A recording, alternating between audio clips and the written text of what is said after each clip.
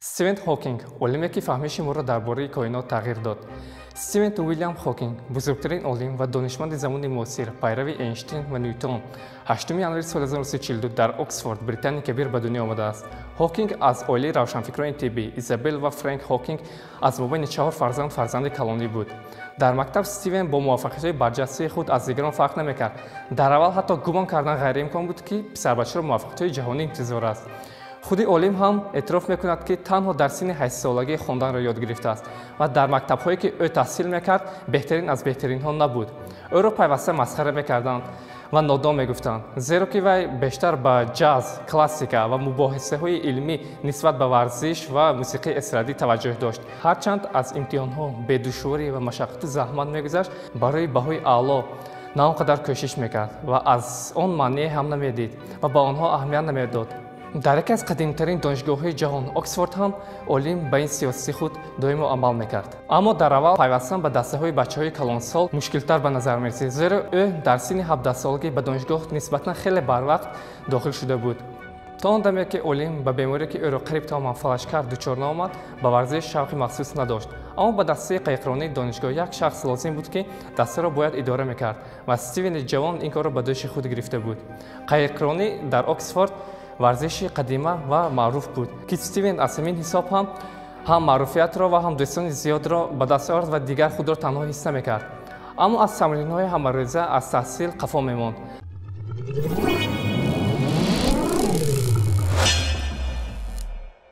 аз себе ки Стивен аз хурдсолӣ ба чӣ гуна кор кардани ҳама чизе ки ӯро иҳота карда буд, аз бозишаҳо сар карда то коинот шавқманд буд, риштаи математика ва физикаро интихоб кард ки сабаби норозигии падараш шуд, барои он ки падараш роҳбари кафедраи паразитологияи институти миллии тадқиқотии тиббӣ буд. пас аз хатми Оксфорд бо баҳои аъло дар соли 1962 Стивен тасмим гирифт ки ба Кембриҷ омада дар он ҷо рисолаи доктории худро нависад. вале дар Кембриҷ аз Стивен донишҳои амиқтари математикӣ талаб карда мешуд, нисбат ба оне ки худи Стивен дошт ва медонист. барои ҳамин ҳам Стивен риштаи дигарро, риштаи космология ё ин ки кайҳоншиносиро интихоб кард.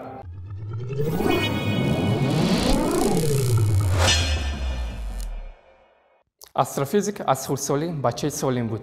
ҳатто дар айёми ҷавониаш ягон беморӣ ӯро ба ташвиш намеовард. вале бадбахтие рӯй дод. ба Стивени ҷавон ташхиси бемории даҳшатноки склерози паҳлӯи амиотрофӣ доданд. аломатҳои беморӣ бо суръат баланд мешуданд.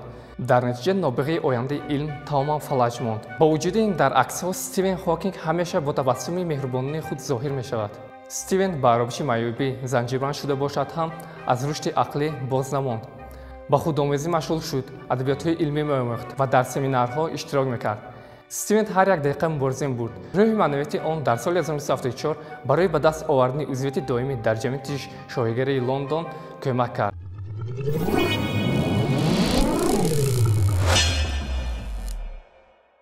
соли 1985 Стивен Хокинг дар гулӯи худ ҷарроҳиро анҷом дод ки сабабаш илтиҳоби мураккаби пневмония буд. аз он вақт ин ҷониб Стивен тамоман аз гап задан монд. аммо истифода аз синтезатори нутқ ки аз ҷониби дӯстонаш муҳандисони донишгоҳи Кембриҷ таҳия шуда буд, фаъолона мушоиратро давом медод. дар тӯли чанд вақт Хокинг метавонист ангуштони ишорати дасти росташро ҳаракат диҳад, аммо ин қобилиятро бо гузашти вақт аз даст дод.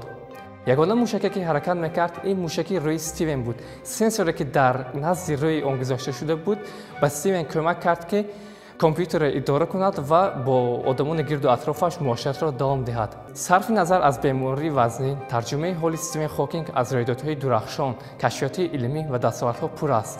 бемории даҳшатовар Стивенро шикаст дода натавонист, танҳо роҳи ҳаёташро каме тағйир дод. Стивен Хокинг ки тақрибан тамоман фалаҷ шуда буд, дар бемории худ ягон монеа намедид ва ҳаёти пур аз маънӣ дошт. боре Хокинг як корномои воқеӣ кард.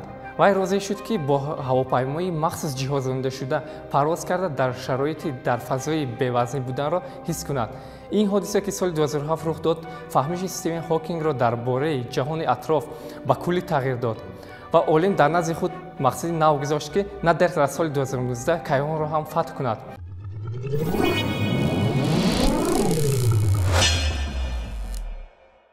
соҳаи асосии Стивен Хокинг космология, яъне кайҳоншиносӣ ва ҷозибаи квантӣ буд. олим равандҳои термодинамикиро дар вартаҳои сиёҳ ва материяи сиёҳ ба амал меоянд омӯхтааст. ҳокинг рисолаи доктории худро дар замоне навиштааст, ки баҳсҳои шадиди илмӣ дар бораи ташаккули коинот мерафт. Дар илм ду назария кайҳони статсионарӣ ё ин ки кайҳони собит ва таркиши бузург рақобат мекарданд. дар ҳар ду ин назария гуфта мешавад, ки кайҳон дар васеъшавӣ аст. аммо мувофиқи назарии кайҳони статсионарӣ яъне кайҳони собит гуфта мешавад, ки дар байни галактикаҳои пароканда материяи нав пайваста ба вуҷуд меояд. тибқи назарии дуюм кайҳон аз ҳамон лаҳзаи таркиши бузург то ин ҷониб дар васеъшавӣ аст. ҳокинг дар диссертатсияи худ нишон дод, ки назарии кайҳони статсионарӣ кайҳони собит аз ҷиҳати математикӣ номувофиқ аст. ба ҷои ин ва исбот кард, ки кайҳон аз нуқтаи зичии беохир ки сингулярӣ номида мешавад ба вуҷуд омадааст. имрӯз ин назарияи космологии ҳокинг қариб ки дар байни ҳамаи олимон қабул шудааст. бештар аз ҳамон номи ҳокинг бо вартаҳои сиёҳ алоқаманд аст, ки ҳангоми пурра фишурда шудани баъзе ситораҳо зери таъсири ҷозибаи худ ба вартаи сиёҳ табдил меёбанд. мавҷудияти чунин хосиятҳоро амалан Алберт Эйнштейн эътироф карда буд. аммо танҳо Стивен Ҳокинг тавонист исбот кунад, ки вартаҳои сиёҳ мафҳум набуда, балки воқеият мебошанд. дар соли 1972 олим моделҳои Эйнштейнро бо моделҳои механикаи квантӣ муттаҳид кард ва ба таври назариявӣ исбот кард, ки дар коинот чунин объектҳо вуҷуд доранд. далели ниҳоии парвандаи Ҳокинг соли 2019 буд, ки вақте ки телескопи Event Horizon аввалин тасвири вартаи сиёҳро дар дигар галактика ба тасвир гирифт.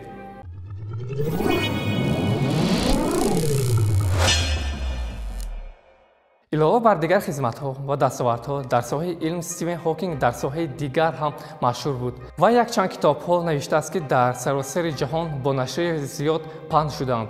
аввалин китоби ӯ, ки соли 1988 нашр шудааст, китоби илмии оммавӣ бо номи Таърихи мухтасари вақт маъруфу машҳур мебошад. олим ҳамчунин муаллифи китобҳои Кайҳонҳои ҷавон ва вартаҳои сиёҳ мебошад.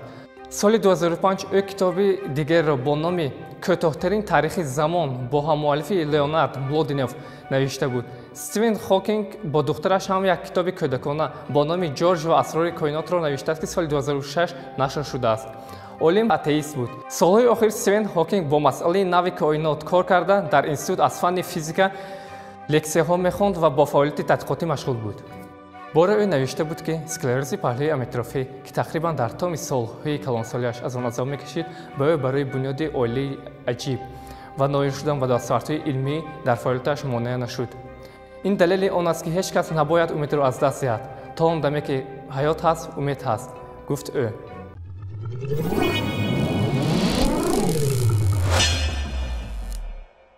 вале сад афсӯсҳои зиёд, ки расонаҳои бритониёӣ соли 2018 гузориш доданд, ки субҳи барвақти 14 март Стивен Ҳокинг дар хонаи худаш даргузаштааст. фарзандони олим ин хабарро тасдиқ намуда гуфтанд. вай боре гуфта буд: коинот чандон маънӣ намекард, агар он хонаи одамони дӯстдошта ва наздики мо, ки дар он зиндагонӣ мекунанд, намебуд.